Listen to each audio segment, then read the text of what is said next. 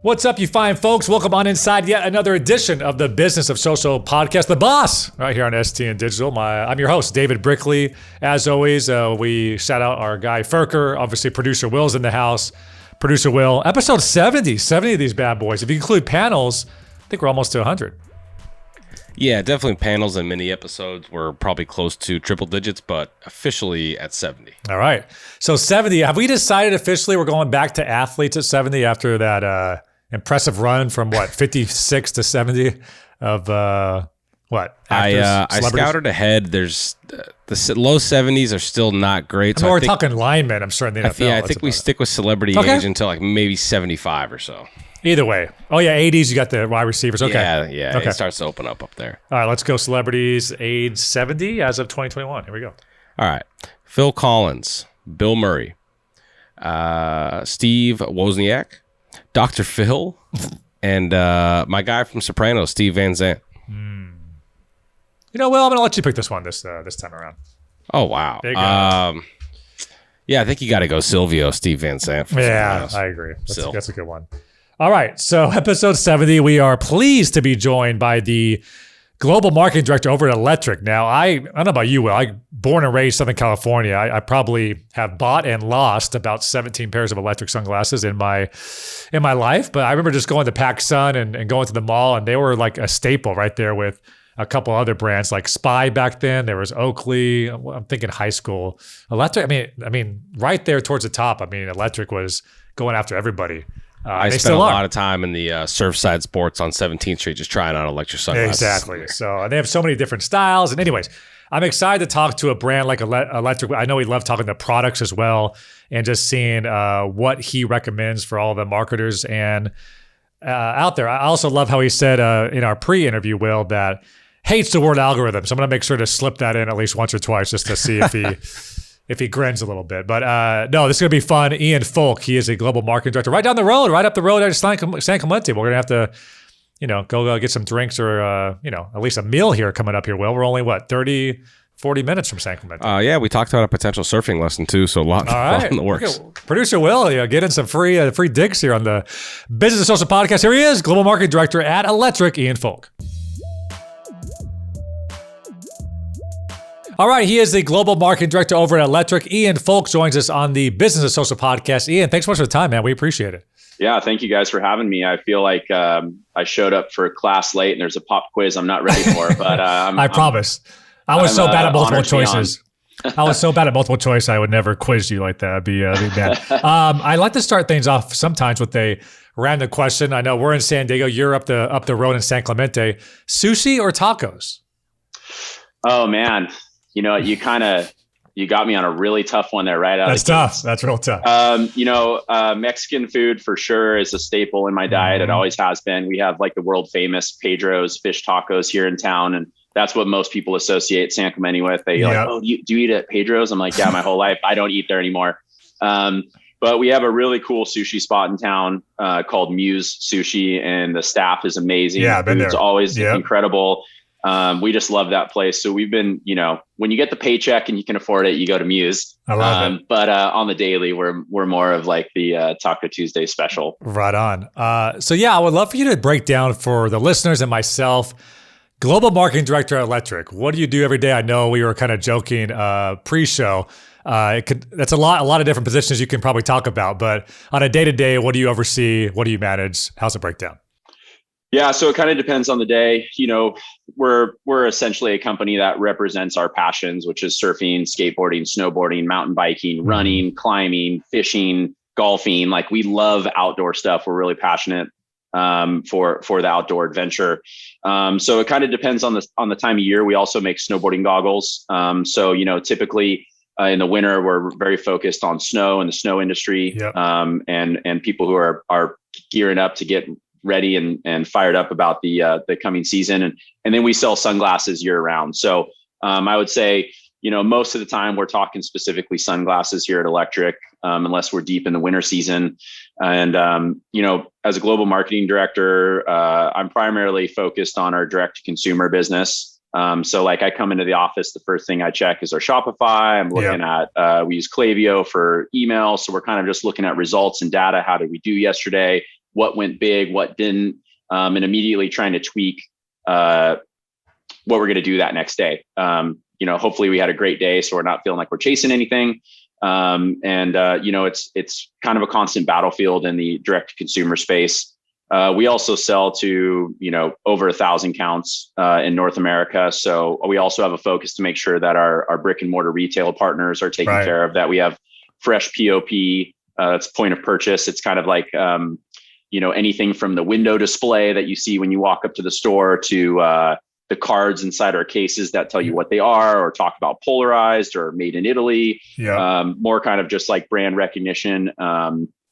And then, I'm communicating regularly with all our athletes and ambassadors out in the world who are sharing Electric's awesomeness on our behalf. So any given day, that's kind of what I loved about this job. It's there's a lot of different facets of it. And, you kind of don't know what you're going to get when you walk in. And then we have like planned photo shoots and, seasonal content builds and that kind of stuff that are like, we're pushing out more of like a quarter to 2 quarters in advance. Capturing all that content and starting to create those stories for our email and retail partners. So, it's a lot, honestly. We have a small team here. A lot of people, we've been around for 20 years. We're really proud of our business. People are, compare us to a brand like Oakley often. And I'm like, Oakley probably has more team members in their social media department that we have in our entire global headquarters here in San Clemente. So we're a small team. We operate like a small business, very entrepreneurial mindset. And almost everyone in this building, in fact, I will say everyone in this building wears a lot of hats. So, it's not just me in here shucking and jiving every day. It's everyone in the building is working hard and kind of joining forces when necessary to get the job done. How big is the direct marketing team? And then how big is the company now overall at Electric? Employee count wise. So including our warehouse, we're about 20 people right now. And we have, luckily our warehouse is attached and we have a great warehouse team that, keep that thing tidy and shipping. So we have really fast shipping turnaround times, which are great for our customers. Yep. And then we've kind of transitioned. Our business has been acquired a few different times over the years. And right now we're working more in a distribution model globally. So we have new distribution partners in Australia and Europe. We're still working with our long-term partners in Japan, which is great. I have actually a call with Korea this afternoon. So we're growing and expanding, but we have a huge footprint of sales reps out there, and I got to give those guys a lot of credit. I know this is a social podcast, but we have reps out there every day talking to our key retailers, making sure our cases look amazing and are stocked up and they have the new product. So, when I say 20 people, that's, kind of the full-time roles in this office, but then we have a huge network globally of, a couple hundred that are working on behalf of Electric. So it's bigger than 20 for sure. But the people that I work with every single day and show up Monday through Friday, it's about 20 at this point. So, this is somewhat unrelated, but I'm stoked to see that the style this summer is the oversized sunglasses. I didn't like the smaller glasses, so I'm glad to see it's coming back. I kind of waited out that period of time, so I'm pumped. Yeah, well, we're gonna have to get you in a pair of shades. We got a huge selection, and love to make that happen for you. Oh man. All right, so let's just start off super basic and granular, then we'll kind of get into more in-depth in Electric. I love asking this question. How does Ian Foulke approach marketing? What's your core belief on how to approach it? It may sound cliche, but authenticity is the number one thing. And I came from the surf world. And what I would say, like what I would consider counterculture sports, surfing, skateboarding, snowboarding, motocross, those were always very counterculture. They did things their own way. I was inspired growing up by surfers who kind of dissed the system per se and kind of created their own trends and rode the boards that they wanted, had mohawks and colored hair and tattoos. And so that's where Electric was birthed from, and that attitude, that rock and roll energy. And so I think for a brand anywhere, doesn't matter if you're in the, our space or not, it's really important to be authentic to who you are as a brand. And it's easy to say that, it's much harder to do. Yes. It. And a big part of that is the team that you build around you. Are they authentic? Are they into the sports that you're promoting and the athletes that you have on your team? Do they go out and actively participate? Do they follow it on their own? Like, are they a fan of the World Surf League or X Games or Dew Tour? Like, are they just a fan of the space in general? And if they are, there's a good chance they're going to have a point of view that'll align with yours or your brand's in a way that makes it much easier to work together. So like, here's an obvious example. You know, if I needed a team manager to help me run the team, someone that would report directly to me at Electric. And I mean, no offense to this category of surfer, but if someone was, say, a stand-up paddleboarder and that was there and that's what they were into, it's like, hey, I don't judge, more power to you. But I think it's going to be harder for you to relate to the high performance shortboard set that I need you to manage. And therefore, it's going to be harder for that person to get respect from the athletes and ambassadors that are at the highest levels going, hey, looking at this person going like, I don't know if you necessarily understand what I'm trying to do out in the world with my sport. So I think, you know, hiring the right people, company culture is huge. And then really, you know, if you're going to talk the talk, you got to walk the walk. So show up at the events, be visible, show that you care, bring your product lines with you, and really just shout it from the rooftops because you got nothing to hide because you're not embarrassed about anything you're doing. Yeah, it's funny you say you don't want to be cliche because I often feel the same way. Like people pay me and my company for consulting, and I say a lot of what you say. Like, are you being authentic? Are you being genuine to the platform? And are you bringing value to your customer? And those three things seem so simplistic and so basic that you kind of feel bad saying it as a core tenet.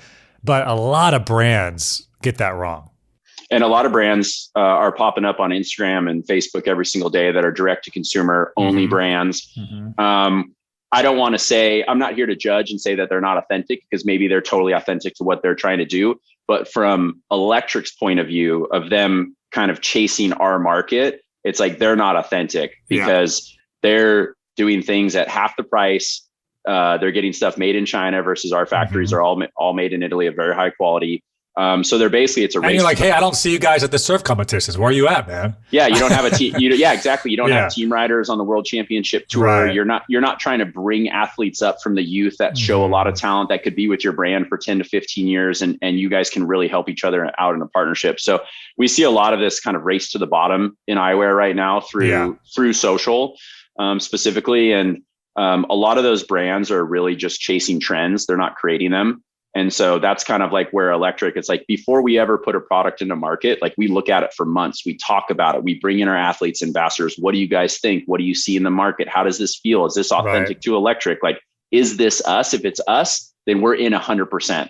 And if it's not us, then we just go, hey, we're going to put that back out into orbit. We're going to talk about that later. It doesn't make sense for us right now. Let's not try to push it into market because that's what we see other people doing. That's not Electric. Yep. I think that's what brands need to do because trust me, we get excited about things like, oh, should we build this? Should we build that? And then, you know, if you sit down and you have the real conversations, you realize quickly that it's either right or wrong for your business. And if it's wrong, stop trying to justify it. You know, go a different direction. Absolutely. So I always like asking this question too, because everybody has a different definition. How do you personally explain the difference between sales and marketing? Because I think a lot of people get those two mixed up. Marketing is fun and sales is a grind. Yeah, exactly. I've always wanted to be a marketer. So I've done sales jobs in the past, pre-social media. I'm talking in the early 2000s. I worked all throughout high school. I worked full time during college. I went to Cal State Fullerton, lived at my parents' house. It was a nightmare. Love my parents. The nightmare was not my parents' house. The nightmare was commuting to Fullerton and then having to go work a sales job after, you know. And once I got into sales, I realized like, and excuse me if I use some slang here that we use in the surf world, like I would consider that a very grindy job. It's like you sit in traffic a lot, you go store to store. If your brand isn't performing at the very highest level, you're going to catch flack from the store owners or the buyers as to why it's not moving.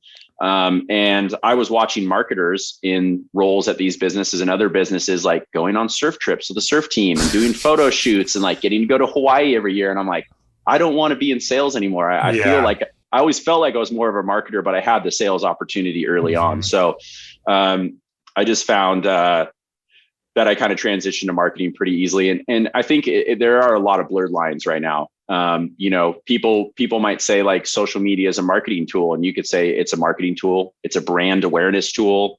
It's a library of it's definitely it's upper a catalog. funnel. It's upper funnel and lower funnel. Yeah, absolutely. Yeah, exactly. Yeah. And then at the same time, someone could theoretically come onto your Instagram page, see it for the first time, be inspired by it. So be brand aware, click on the very first thing, like it, and then shop it and buy it. And 24 hours later, if they live in California, it's delivered to their house. Ian, you're explaining the entire COVID experience for me. I spent so much money on just checkouts on Instagram. They got me. Oh man, you're telling golf me clubs and J's and the whole deal. Yeah, I hear you. And it goes across every industry. My wife was pregnant last year, so I saw an influx of packages like I'd never seen getting ready for the baby at our house. So yeah, it's all the above. And I would say from a marketer's perspective, I mean, I think it is marketing, and it was meant to be marketing in the beginning, social media, but then they figured out how to monetize it for better or worse. And so now I would just say it's probably more marketing with the ability to purchase based on impulse. Yep. If I have a plan in my head personally, and I'm like, I want this pair of shoes, I go to the website, I kind of search around, I find the size, I look at the different colors, but I've also been influenced by a brand where I see something and I purchase it impulsively. So I would say that's a marketing purchase, in my opinion. A sales purchase is when all that work's already been done from the brand side. You've made your purchase decision and you actually go and do it. I love it. So that'd be my take on it. But I've been asking a lot of our guests this question because I know COVID changed everybody's business, and it looks like for everybody too, like it made them expand digitally or evolve digitally. Going back and looking back at March 2020 and the last 18 months or so, what things have you guys changed? It's about the way you direct to consumer, e-commerce, and maybe some things you've learned that have are going to continue into the future for you all. Well, I'll start by telling you what will not continue on our side. When COVID kicked off, everyone obviously was in a sheer panic. A lot of brands went on sale. Electric was a brand that had never been on sale before. And we did a couple months of pretty radical sales, site-wide sales that we had never done before. And I think the reason for that, and everything's hindsight 2020, but the reason for that was that we didn't know what was going to happen. Yeah, jobs may be at risk. Yeah, makes sense. Yeah, we did. Yeah. We had to furlough a big chunk of our staff. And with such a small staff, it's like these people mean a lot to us. Like I was lucky enough to stay on with a pay cut, but I worked really hard through 2020 to make sure that my coworkers here could come back and there was something for them. We did great business on the sales. I think that we probably actually didn't need to go on sale. And that's what I've, kind of in some of the debrief process with some other brands that I know, not eyewear related, because we wouldn't obviously share that info with other eyewear brands, but apparel brands that we know that did not go on sale saw a huge lift as well. And people had cash flow to spend.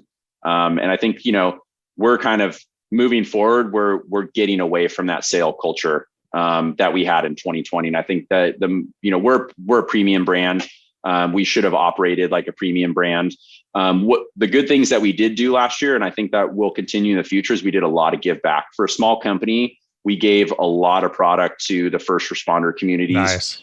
We gave hundreds of goggles to local firefighters that couldn't get PPE. We gave I think 75 brand new clear lens goggles to our local hospital. Nice. One of the doctors came to me and said, "Hey, we can't get any equipment." This is right when it was kicking off. There was a lot of hospitalizations. They're like, "We will take anything. We'll take sunglasses. We'll take goggles." I said, "Hey, let's do goggles." Like, what a great, wide periphery. Yeah. They're comfortable. You get triple layer face foam. There's anti-fog on our goggles, so you're not going to fog up when you're kind of sweating in surgery or whatever you're doing. So I think we've done a lot of give back in the past, but not at that scale. And I think, that's one thing all brands should not forget is like, there's always people out there, whether there's a pandemic or not, there's groups of people that are less fortunate than a lot of us. And so whether it's the same group over and over every year, or we identify specific groups that need support, whether it's financial or product in the future, like we should be a part of that. And our industry and every industry should be a part of that in the future to give back a little bit. So I think less sale, more help. for our communities, I think is an initiative that we kind of want to move forward. Yeah, that's such a good point. I think during COVID, every brand, right, when it came to Black Lives Matter and anti-Asian hate and the pandemic and Capitol uprising and the election and all these different things, I think for the first time, really ever, every brand looked in the mirror and said, okay, how do we affect change? How do we use our community and our voice for change and to help, like you said, especially during COVID? That's awesome. You guys were able to jump in on that. I've always had this weird question. It may seem odd to you for me asking it, but with a term like electric as your brand, how difficult has that been? Just the word electric, right? When it comes to trademarking and finding social handles, because people are searching for electric company and you're going up against all these different things. But I'm sure that's been a little bit of a tough thing to go out there and squat on. Yeah, the company started in 2000, way before electric vehicles, really, before electric bikes, before a lot of that stuff. So for a long time, there was no issue. But if you were to go through the photos, we're tagged in on Instagram. Like we're lucky. We have really passionate fans of our brand. So we get tons of like user generated content from people out there doing awesome stuff in our sunglasses. But we get tagged by electricians, electric bike companies. We get tagged by electric tattoo parlors. Like, it's pretty wild. We have a Sprinter van. Earned media, right? Earned media value. Who knows? Yeah. For example, we have a Sprinter van that's a brand vehicle. It's got our big logo on the side and on the hood. It looks really cool. It's all black. But like at every gas station you pull into, it's so funny. You'll literally be pumping gas into it. And people are like, is that an electric Sprinter? And you're like, no, it's our brand is electric. And this is just a Mercedes Sprinter van. Yeah. And I'm putting diesel into it. But I would say there is a little bit of confusion. But at the same time, like the bulk of our business is I would say not our business, the bulk of our brand heritage is on the coasts, due to like in the mountain towns, due to like surf and snowboarding over the years. Right. So it's like the core market totally knows who we are. I think it's a little bit more difficult when we're introducing the product to new audiences, say through like a performance marketing, paid social, where you have to be really clear about what it is. It's like electric, and then we have to say sunglasses or show, like very specifically show the product. But honestly, not as hard as you might think. As long as it's, now it gets confusing this is where I think like marketing creative strategy comes into play. It's like, if you have a really beautiful shot of the sunglasses and it's in a cool environment where it's like very focused on the eyewear, it's not hard. But if we put someone on a bike that's pulled back and they're checking the waves at the beach, and you're like, wait, what is it the hat or the shirt or the glasses or the bike or what is electric? So I think for us, it's like, we've just been really pointed, and I think it's helped calm any sort of confusion. But the electric bike craze is wild. So we've been dealing with a little bit of that, but not detrimental. Well, that really transitions well into something you brought up, which I want to get your take on: the multi-channel sport handles, global, regional handles versus one account for a business. And I want to get your take on this because I've seen so many brands that we've worked with as well. They haven't even figured out their main account Instagram handle. They want to open up Asia and Brazil, and they only have like 2 social media managers. Like, guys, let's get the main mothership handle, the brother handle right before we start launching 19 different ones out there in space. But I'd love to see what you guys have done and what you've seen successfully. Yeah, we've had those conversations till we're blue in the face internally, and it's a slightly subjective topic in the sense that, one brand director or creative director or president CEO might have one opinion. Right. Someone else from another brand might have another. We decided to go sport or passion channel specific, versus regional. And the reason we did that was because primarily for the user, for the fan of electric. If they are into everything, then they follow our main handle, and they get product updates, they get cool stories that we're telling, and then they get a bit of our entire brand, from our women's business to men's, to surf, snow, golf, fish, etc. But not everyone wants to see everything, and we've kind of found that our users very passionate about what they do, so we try to give them a channel that they can not only get that, but they get a lot of that. So if you're a core snowboarder and you're really into the pipe and the park, and you like hitting rails and jumps, it's like you probably follow our electric snow handle, because it is core snowboarding Right. day in and day out. Now you still get sunglasses and you get the goggle shots, but you don't get much else of the brand. And then same with golf and same with surf. And you're part of that is to also not offend anybody, right? Like if you're a woman and you're into our fashion line of products, specifically our best-selling Crasher, for example, like you don't want to be like getting emails about golf and like dudes holding a big fish and it's bleeding and like you want the content that you're there for. So you would follow Electric Women, which has its own version of all that stuff in a more kind of feminine electric form. And so they've done, it's been a really good thing for us, I feel like, because the people that manage those handles are passionate and involved in those communities. And so they can do it authentically, which kind of goes back to like one of your first questions. It's like, there are people that I totally trust to speak that language to that audience. And also they're very versed in the electric brand. So, I think too, it's like, we don't, at Electric, and the reason it's probably worked really well for us is we don't try to become, I'll take golf, for example. Like we don't try to make Electric the golf version of Electric. We just take Electric to golf and we're still ourselves. It's still the same products, maybe a couple like performance products or different lenses for being out on the course or something like that. But it still looks great. It's still in our iconic styles.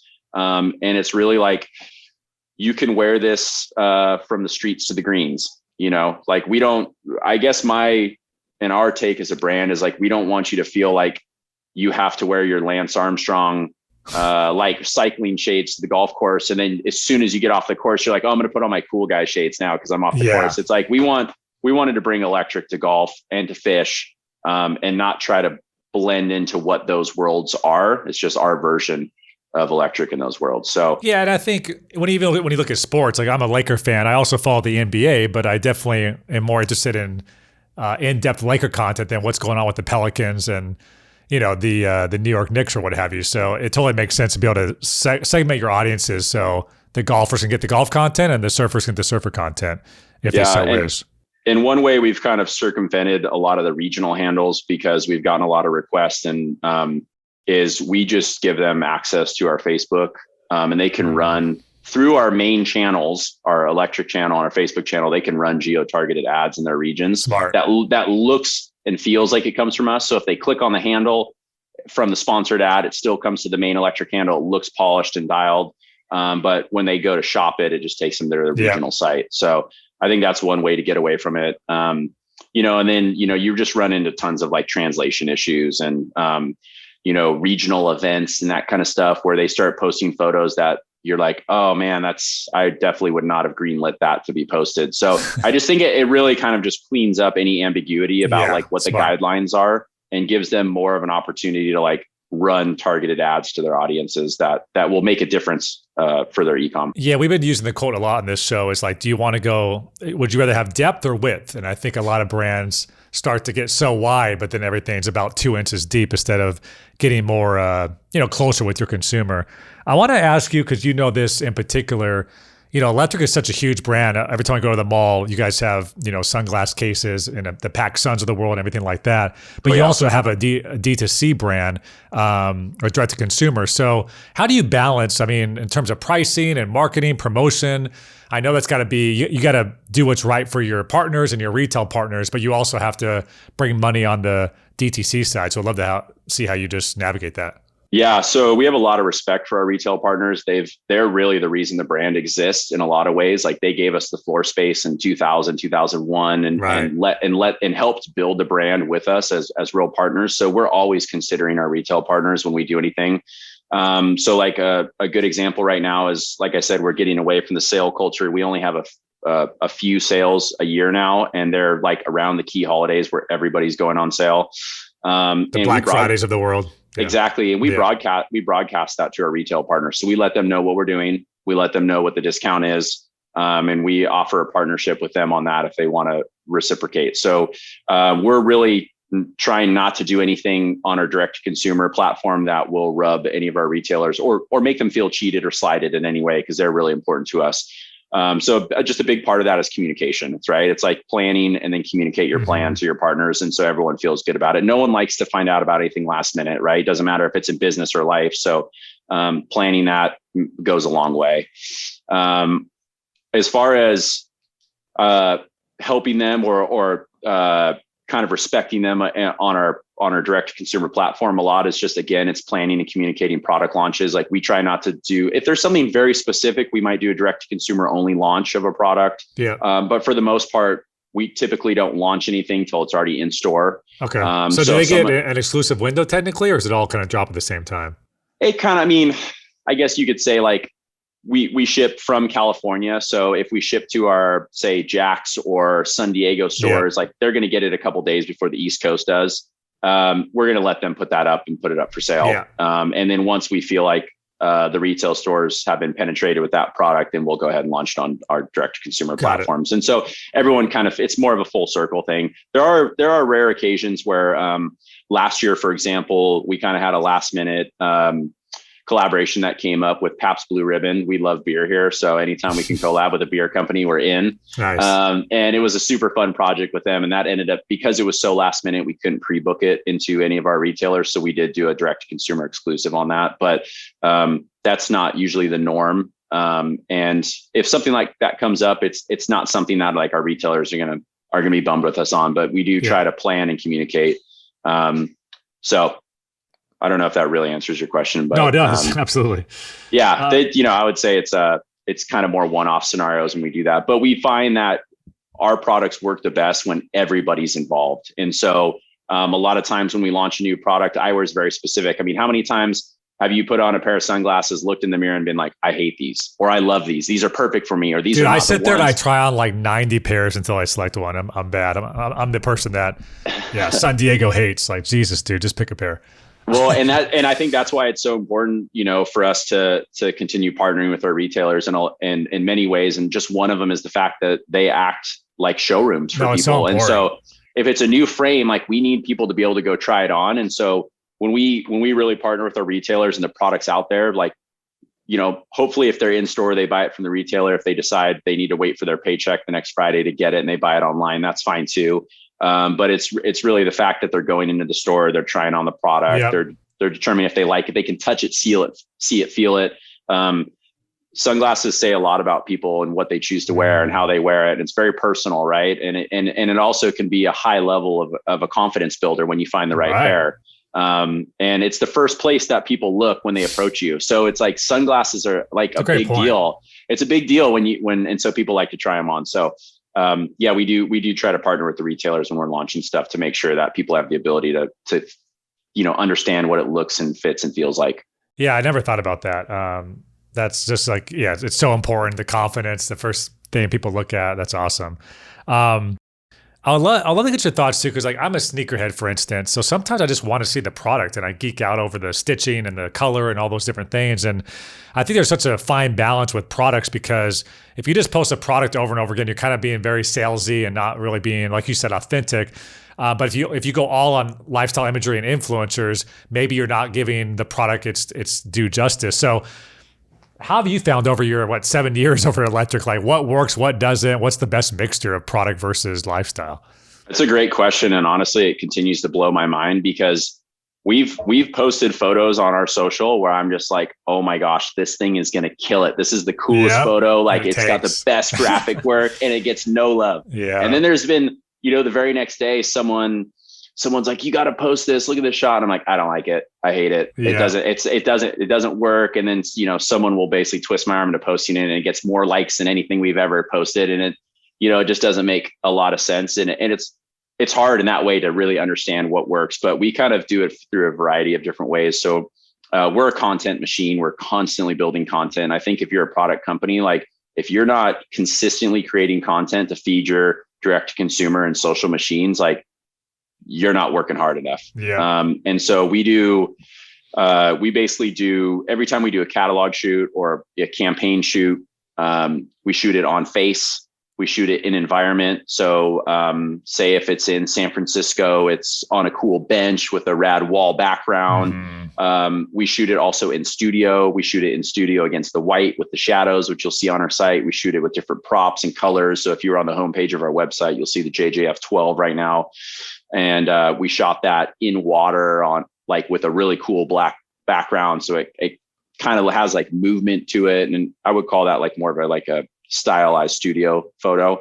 But it's all of that, right? It's video, it's on a Lazy Susan. I mean, you're getting people doing those like really cool environmental with like sunbeams coming through the back, and they're doing like a 3/4 slow motion red cam head turn. And then you kind of just sift through all that content and you put a strategy together around it. I think if you go to shoot your product on white in a studio and you're like, we got it, you're missing the boat, because you haven't explored the space. You don't know what people are going to react to. And so, I think that's where a really strong creative director comes into play, or an art director, someone who's got a wild vision that wants to, make it swim in a bucket of orange juice or something that you're like, that doesn't make any sense. And you start seeing the photos and you're like, oh my gosh, you're a genius. That was incredible. It looks amazing.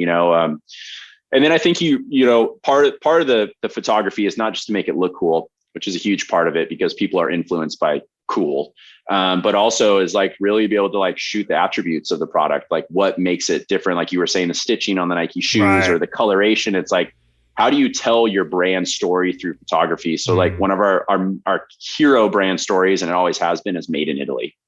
Yeah. What makes us better than a lot of what you're seeing out there online right now? And it's like, 3rd generation family owned factory. They've been making eyewear for like 70 years. They've been through wars. They've been through the pandemic. Like these are like survivors that live and breathe sunglasses as their craft. And so like the way that we shoot that and the way that we tell that story, incorporating imagery from the factory to show that like, there's really people out there like hand polishing our stuff. It's like, that photography can work too. It's like, it doesn't have to be the final product studio photo. It could be the process, right? The journey of the product, I think, is just as important, because people want to know where it's been, how it was created, who touched it. Why does that matter? Why is it $200 versus $75? It's like all of that can be told through photography and video. And so if you can identify what your kind of brand story pillars are, then you can start to shoot around that.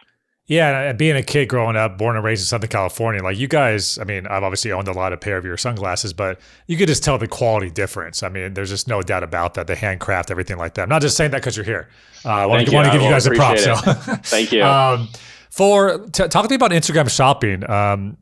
Just being able to tag the product of these lifestyle images, I'm sure helps a ton get traffic on that side. So how have you guys seen success with things like Instagram shopping? Well, it's been kind of a roller coaster because we saw success right out of the gates. Well, are you talking about like the shoppable tag? Product tags, yeah. Yeah, so the product tag. So saw success right out of the gates, and then it felt like Instagram algorithm. The algorithm, which I hate that word if I never hear that word again, but I knew it was going to come up in this conversation. But they started to, around the same time, they started to roll out like the boosted post, the pay to play. And so what we found was that when you tagged a photo, you get no engagement. Yep. And then they were trying to encourage you to spend money. It's like, oh, but we'll get you back. And it was really just like highway robbery. Right. And so we just continued with it, and it's kind of seems to have like evened out. We've had photos with product tags that have done phenomenal. We've had products without photo tags that have done great. It kind of, and it doesn't matter if you tag the product in there. If it's a product, if it's a photo that gets a lot of engagement, there's always like 2 or 3 comments that are like, how much? Where do I get this? And you're like, do you still not know how to use this? So it can be a little challenging at time, but yeah, for the most part, we product tag everything. We just think it makes it easier for the end consumer. And that's our goal. It's like, if you want the product, we want you to get in and out with as few clicks as possible. And, we'd love for you to dance around our site and check out everything we have, but that's just not the way people shop now. Right. So, our goal is always like, just to make it as easy as possible. If someone likes something from us, we want them to be able to purchase it. And so shoppable tags became one of those things where like, we're just going to keep using it no matter what, because we don't actually care how many likes we get. If the right people see this and they want it and they check out, then it's a win for us. Yep. It's so funny, algorithms of social media, but right when you see some success and you change strategy, they turn that turn that puppy down, which keeps us marketers, I guess, on our toes in a frustrating yet, whatever. Absolutely. Would love to get your thoughts as well on just working with athletes, your athletes on the surf side, skateboard side, but then versus influencers. 'Cause I feel like with sunglasses too, at least in my experience, seeing somebody that you appreciate or you look up to or what have you wearing a cool pair of shades, like, could be all the difference. So how have you guys seen success with your actual athlete compared to maybe an up and coming 18-year-old on TikTok that just happens to have a huge following? Yeah, it's an interesting question. And we're really invested in our athletes here. Like, we're an athlete driven brand, performance driven brand, through their exploits. Mm-hmm. And, this is kind of my personal opinion, through my venture here at Electric, but, my overarching opinion would be that guys care about athletes and women care about influencers. Women are inspired by the way that women talk about products, the way that they show it on their bodies or their face, or how they wear it, what they pair it with, what they do in it. That kind of stuff seems to be very successful for us on the influencer side. We've not seen that on the men's side for influencers, and we've tried a little bit, but we've just find that our athletes do that for us on a daily basis just by their performances and the circles that they operate in, whether it's the North Shore of Oahu and they're putting out amazing video clips, or they're doing their own YouTube channel and they're wearing their sunglasses a lot and they link it below, that kind of stuff. Right. Seems much like a much stronger and more authentic way for us to do it. To be honest, I mean, talk about being inauthentic. The times that we've worked with male influencers and paid them to do promoted stuff has felt very unauthentic to me. Now it feels more authentic to do on the women's side, primarily because that's how the women shop in our office. Right. And they are the ones going, we have to work with this girl. So when someone from the office comes to me and says, hey, she's a perfect fit, I love her style, all my friends follow her, we talk about her on the weekends, what is she doing next? It's like our core demographic. Yeah, exactly. Yeah. And that becomes more authentic to us because the people in our building are saying, this is the person we should work with in this space. And I don't, I'll be the first one to confess I don't know everything. And if I said I did, I'd hope everyone would call me out on it. So those are the ones where it's like, and of course she has to fit the brand in a way. It's like we work with the few people that we work with on the paid influencer side, on the women's business. They fit the brand really well. People react in a lovely way to them promoting our products. And so we've kind of created more longer term partnerships with them than just like flash in the pans, which I think a lot of brands just kind of spit money at someone. And then they promote it for one day, and then the next day they're promoting something else. The next day they're promoting something else, which totally works. But at the same time, it's like we try to have more consistent long-term relationships with people, because as their following grows, they see Electric more and more, and it becomes a consistent message. And for us, that's worked really well. And ultimately, I feel like the consumer is pretty in tune and pretty smart. They know when you're just throwing stuff at people that don't mean nothing to your brand. You're just trying to get the eyeballs. So definitely agree with you on authenticity. I want to close with a question that you and I were talking about a little bit before the show. Just, obviously for businesses and brands, social media is so powerful to reach your consumer, create a community. But I know you have some hot takes on just personal social usage and maybe some detox that you've done the last year or so. Yeah, totally. I mean, the last year was really intense, right? The political environment, the social environment, not social media environment, just the social environment that was going on, and everything that was being talked about on social media was really toxic. And I personally was kind of, before 2020 happened, I've even told my wife, like, I'm out, I'm off Instagram. If I didn't do social media at Electric, I would have deleted mine already, which is probably an overreaction. Yeah. But I do, I look at people in life, and myself included, people do dry July. They don't drink alcohol in July. They do sober October. They do these new year, new me, new cleanse. I'm going to do a month of only drinking cucumber juice or whatever it is. But people don't do that with social media for the most part, from what I've seen from my friends and people that I associate with, and myself included. So, I think as important it is as a marketing and sales tool to your business, and as cool of a mechanism it is to showcase your products globally to audiences that you would have a very hard time reaching otherwise on essentially a free platform, is brilliant, right? I mean, it's what brands' dreams are made of. But at the same time, I would implore people, to be nice to people on social media. Like when you contact a brand because your shipment is missing, or maybe the wrong thing showed up, you're talking to a real person on the other end of that direct message. And that person's going to go home to their family that night and try to decompress and have a good weekend or a Friday night or whatever it is. And so, I think people have, and it's very obvious, they kind of hide behind their screen names. And then you also see a lot of stuff out there that for whatever reason might trigger an insecurity of yours. And it doesn't matter. Everyone has those. And so I think, my point of what I'm saying is it's good to like decompress from that and try not to be affected by it and take some time off from it, because it's a trend, right? I mean, MySpace was the biggest thing ever. And then Facebook was huge. No one could imagine Facebook going away. And then Instagram, and now it's TikTok is growing like crazy. And it's like, don't invest your self-worth into your Instagram account or your Facebook account. It's like, it's meant to be fun. It's meant to be connecting with your friends and seeing what cool stuff they have going on in the world. It's not meant for me to feel bad because I live in California and surfers in Australia are getting crazy waves. Like that's a real thing for me. I get FOMO and it's like, I can't change that. I can't do anything about that. The only thing I can do is look away and realize like, I'm good here. Like I got a great group of friends. I got a good job, family. I'm on this cool podcast. It's like life is good. I shouldn't feel bad because I opened up my phone. I opened up my phone and scrolled for 10 minutes. I think I struggle with it as a marketer because listen, even on the personal side, there's so much amazing things social can do. When you look at, let's just use George Floyd as an example, horrific, absolute, terrible thing that happened.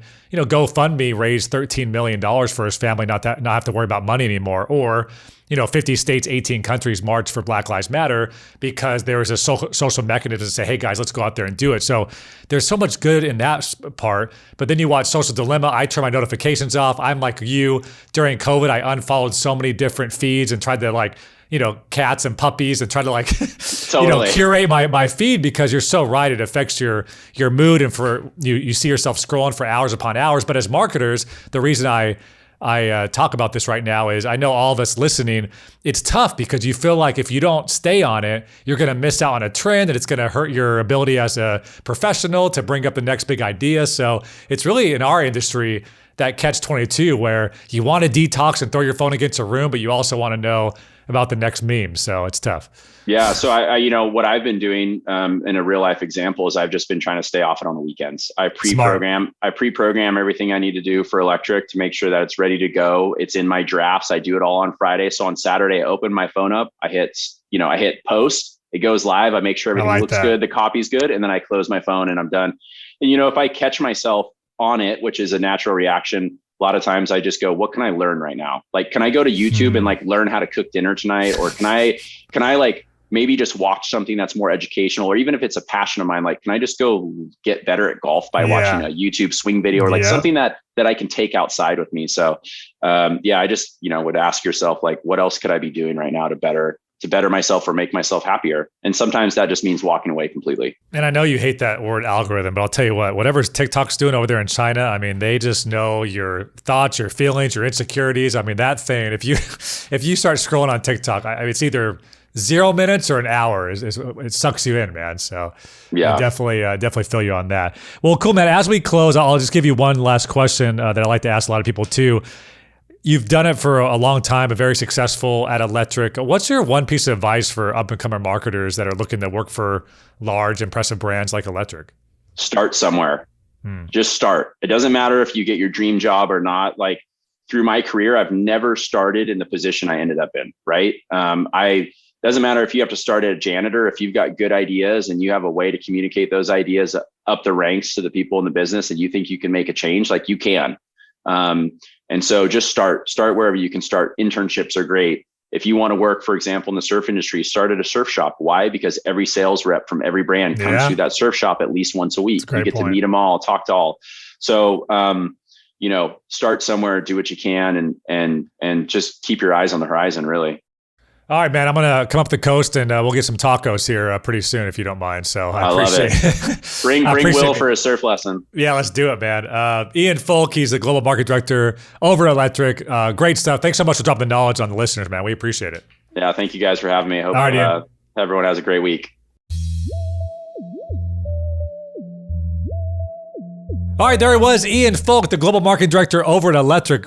Good stuff there. And I know we talked the last podcast, Will, to Julia Spillman in the real estate. We have Electric sunglasses, and obviously they have goggles and everything else too. I didn't even realize they were in golf, but they're everywhere. Great quality, great product, and he just dropped a lot of good knowledge there for the fine folks. I really liked his approach when he said, like, for golf, for example, he's like, we're not trying to be like the golf version of Electric. We're just going to take our kind of brand guidelines and take that into the golf space and see like how we can help that out. And also like the mental health and the mindset. Like I struggle, I know you and I talk about this a lot, is like we're a social media agency. We have to be on top of it, thumb on the pulse of the ever-changing landscape. We have a freaking podcast called Business of Social. I feel guilty taking a break from social, but then you also have that feeling that you want to take a damn break from social. So I know everybody listening feels me on that. And I think he made a great point. Like, you know what? For the weekend, I'm not touching it. And I will share a quick anecdote. As you know, Will, I went to the Bruno Mars concert and Dave Chappelle concert here in Vegas last weekend. They put your phones, they lock it up in a little pouch, and you can't access it until after the show when your pouch is unlocked. But it was pretty cool, man. It felt like 1990 again. You're making friends with your seatmates. You're talking in line at the bar because you can't look down at your phone. So it really creates an awesome atmosphere where people are friendly and talking, and God forbid you don't have your phone to use as your crutch. Yeah, I thought that was a really good state of mind from him too. Like he's in it every single day, but also realizes like it's not healthy for me to be on this 24/7. Like you got to. Did you get the Willism as well? He says, "Am I learning anything on this?" I know that's a big thing for Will Kelly. Like, if I'm not learning something, that's true. That's my rule scrolling through any type of stories. Like how long does it take until you actually learn something? Am I just watching a bunch of 12-year-olds dance on TikTok, or am I actually learning something good for my? Yeah, a lot of quotes coming out of that one for sure. All right, Ian Foulke, Global Marketing Director. Thank you so much, and thank you to you for listening. We always appreciate it. I know we got a few 5-star reviews over the weekend, Will. So it's always nice to see that. If you like the show, if you get value out of it, we know it's absolutely free. Feel free to pay us in 5-star reviews over there on iTunes. We're on Spotify. We're on YouTube. We want to thank David Foulke, producer Will, for all their help on the program. This has been yet another edition of the Business of Social podcast. My name is David Brickley. It's been powered by STN Digital, the boss.